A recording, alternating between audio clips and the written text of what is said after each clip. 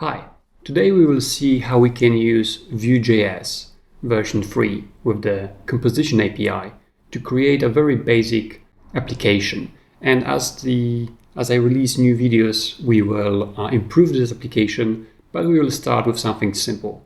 So the current state of the application is available online. So if you go to this URL, tasky.app, you will see how this application looks currently.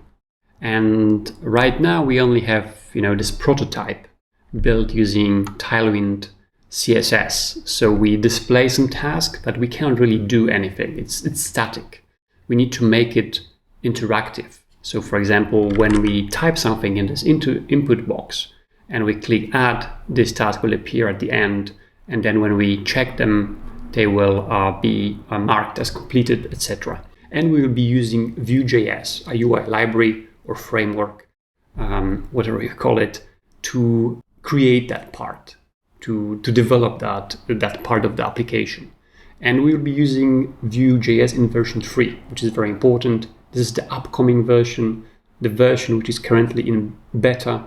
This version comes with some interesting simplifications, and namely this composition API, which is somehow inspired by the hooks from the React community. In order to create this application, we will be using Kretes. Kretes is my own creation, my own tool, which is something like a boilerplate, and it allows you to quickly create TypeScript applications. What it brings to the table.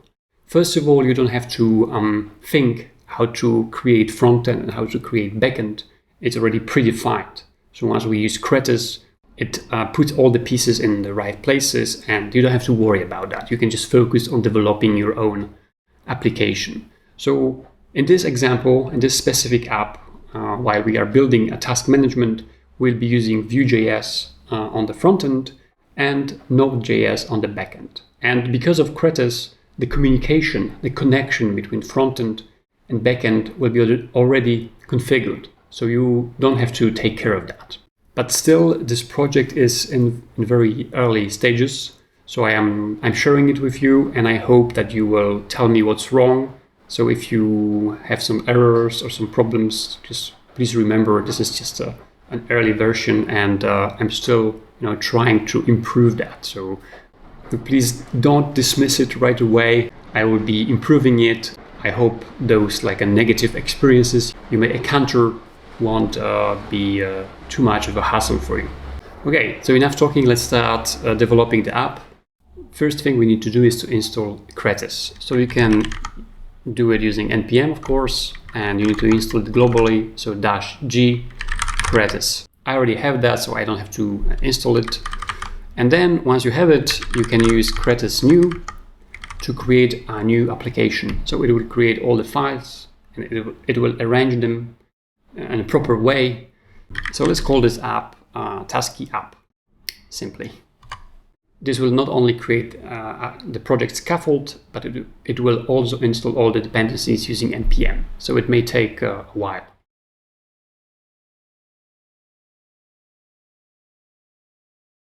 So once we have that, we can open our application in VS Code. Kretes is pre-configured to work specifically with VS Code. So once we open that in VS Code, we have now access to Kretes specific commands. So if we run task command, we will now see 3 commands. Kretes install, which installs the dependencies using npm, Kretes start, which starts the application in development mode, and then Kretes update, which updates the dependencies. So for now, we will use Kretes start to start the application. So as you can see, it starts directly in VS Code, and then it starts on the port 5544. So if I go to this port, I can see a very basic app just displaying Kretes. So just for convenience, I will make this window, my VS Code instance, full screen, and then on the right side, I will put my Chrome just to see the app as we develop it. Okay, so now once we have it, we need to install Vue Js. So we can close this for a moment. We can open the terminal, and we can use npm install or I dash major S to save the dependency to the package JSON, and we will be using Vue, and specifically we will be using version 3, which we must specify because it's still in beta, and then beta 13. So once we have it, if we open package JSON, it should be displayed over here. Just a small note, everything I'm showing you in this video will only work in Kretes version 63 or higher. So once we have Vue.js installed, we can now open index.html, which lives in the config client index.html. And here we need to adapt this HTML. So app is still running on the port 5544. In order to prepare it for Vue.js, we need to initialize the application. So we need a script section, and we will be using ECMAScript modules, which is this newer version of writing, let's say, modern JavaScript applications. For that, we need to specify it explicitly by writing type module. And here, the init part, the init code, is pretty standard. So we need to import the create app from Vue. Then we need to import our main component, which is usually called app, from our code. So in our case, it will be in base Vue app Vue. So this file doesn't exist yet. We will create it in a moment.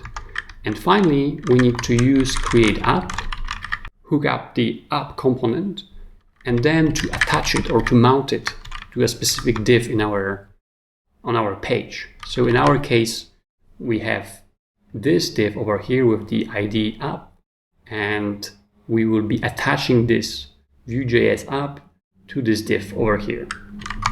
So this is pretty standard, except maybe this line, and this will be different, in different scenarios, but that's just a way of initializing that. So now we need to create this app component. So let's do that. So just a small note, in Kretes, everything lives within the features directory. So features are like namespaces. So for example, we can have a task feature or a user feature, and they group together the artifacts. So for example, a model, views, etc. that are related to a specific feature. Later on, we will create a task feature because we are building a task management application. But for now, we will be using the base feature. And here in Vue, let's create this root component, this root Vue component. So we will call it app Vue, as we defined in our index.html over here. And let's do a very simple, template with a counter, which will be static for now. So once we refresh it, we have this counter displayed. Before we go further, let's include Tailwind again. So I'll be still using CDN version, something you shouldn't do if you are building a real application, but we will improve that in future episodes. But for now, it's good enough. So I'll just paste the same link, and I'm taking the most recent version from a URL, and once I refresh it, it's already in place. It's still static. Let's make it slightly more interactive. So let's go back to our component and let's create a script. And here, since we are using Vue.js version 3, almost everything will happen somehow within the setup method. So we need to add this method, and then we will define the state, the methods, the computed fields within that. They will be unified within that setup method for this component. Let's start with the counter. So we will create a variable, and if we created it like a simple variable, it wouldn't be reactive. So everything that is defined in setup must be exported by returning it from that method. So for example, if we want to make the counter variable visible outside, for example, for this template, we need to return it. So we need to say return counter, or a shortcut just like that. And once it's done, we can reference it here. Like so. And then if I change it, it will change. But this field is still not reactive. It's just a simple static field. We need to make it reactive. And because it's a primitive type, it's a number. So primitive is something which is not composed of anything else. So a string is a primitive type, number is a primitive type, and non-primitive type is an object. So for primitive types, we need to use the ref method from Vue. So we need to import it from Vue over here, and we need to just define this as a reference. Now nothing really changes. We have this, and we can now create a method which will be updating this specific field. So let's create a method called, or rather a function, increment, which will be taking the counter. And because it's a reference, we cannot update it directly. We need to use a value like so. And again, everything that we define in setup, we need to export it by returning it. So in this case, we return the increment. The only thing left to do is to create a button in our template. Let's call it increment. So let's define some simple classes. So for example, let's make a border, so it looks more like a button, something of that sort. Maybe a different color, And finally, we need to connect it. So we need to use the click event from Vue and specify increment method, which we exported here from the setup as a method or function that reacts to clicking, and then it increments our value. And because it's a ref, this updated value will be displayed right away once we click it. So let's see if it works.